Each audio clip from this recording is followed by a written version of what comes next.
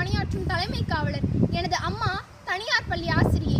காவல்துறை குடும்பத்தின் சார்பாக எங்களின் இன்ப துன்பங்களை, ஒட்டுமொத்த மனக்குமுறலை தங்களிடம் பகிர்ந்து கொள்ள ஆசைப்படுகிறேன்.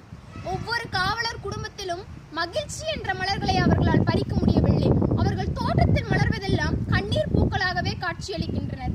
நீங்கள் இயல்பாக பண்டிகை, திருமண நாள், கோவில் திருவிழா, பிறந்த நாள் விழா என்று அனைத்து விழாக்களையும் சிறப்பாகவும் சந்தோஷமாகவும் உங்கள் குடும்பத்துடன் கொண்டாடுவீர்கள். ஆனால் ஒரு நாளும் அனைத்து விழாக்களையும் எங்கள் குடும்பத்துடன் கொண்டாடியதே இல்லை. தீபாவளி அன்று பட்டாசு வெடிக்க, மத்தாப்பு வைக்க, பலகாரம் சாப்பிட, நான் அணிந்த புத்தாடையை பார்த்து ரசிக்க என் அப்பா என் அருகில் இல்லை.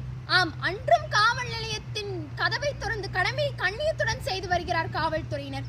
நீங்கள் 4 நாட்கள் லீவு கிடைத்தால் இங்கே போகலாம், அங்கே போகலாம் என்று 4 நாட்களும் கொண்டாட்டமாக இருப்பீர்கள். ஆனால் எங்களுக்கு 4 மணி நேரம் கிடைத்தால், எங்கள் அப்பா என்னுடன் இருந்தால் எனக்கு இமயமலையை தொட்ட பூரிப்பு. தேவலோகம் என்றால் என்ன என்பதற்கு அர்த்தம் தெரிந்த மாதிரி. எங்களின் குமுறல் உங்களுக்கு தெரியாது, எங்களின் வலி வேதனை உங்களுக்கு புரியாது. மனிதர்கள் தூங்கிய பிறகும் வானத்தில் விளக்கெறிவது மரங்களுக்காக, மனிதர்கள் தூங்கிய பிறகும் காவல் நிலையத்தில் விளக்கெறிவது மக்களுக்காக.